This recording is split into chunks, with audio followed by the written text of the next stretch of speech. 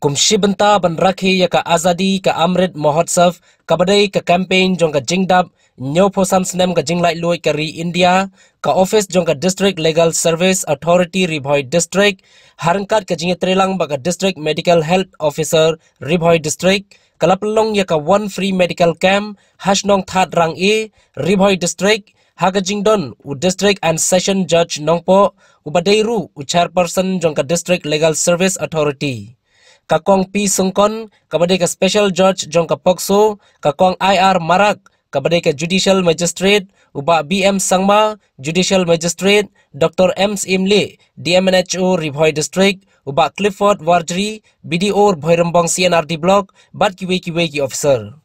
Ya katai ka medical camp, lapelong hamadan nyelekai jong ka snong that rang E, laidon bentalang, kinong snong ba marjan, ka that rang B, ha katai ka sngi lai shim benta langru ki nong tre asha ki agan wadi bat ki rurang ba ka snong katai ka check up kadai kum ka OPD check up na ka benta ki khna bat ki paj ba kum ka dentist check up TB check up ka jing penrung kerteng ha ka MHIS bat IT ka yada na ka khlam COVID khat khandai bat ka jing slok bat ki jing hikai habai dei ba ka kwai ka khia Special Commission of Electoral Roll Arhazara Buat.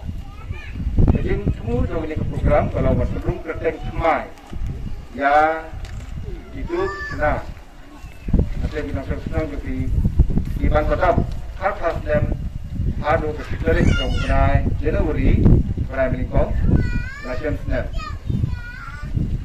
Jadi semua dalam ini program kalau bentuk jadi kita senang. Kita kamsu pada jadi siapa di office apa kena apply ini kia take jopi. Mulai wan hi bagi sebagai cakap di jopi. Election dan sekelap pendek dia kipri di pendek dia kena cakap. Ilatih kenal lu bang ilah I ini form 6, 7, 8 chapter. Segi ni BRO kita naman di senang di jopi. Begitu kena kita tunjuk sebagai kakak pasien. Yang soha bandai kendo yang dibian jongki ban perung kertek yang dia kani kakak soha mentah apa ban perung kertek yang nong snong ibalaja kertek na kilo kita kita turun apa lain ban perung kertek ya ibalaja ketik lupa di bawah negeri atau di konstitusi Kalau waktu yang jumpa kelak untuk tarik nikah, kerjaan ini, bat kue.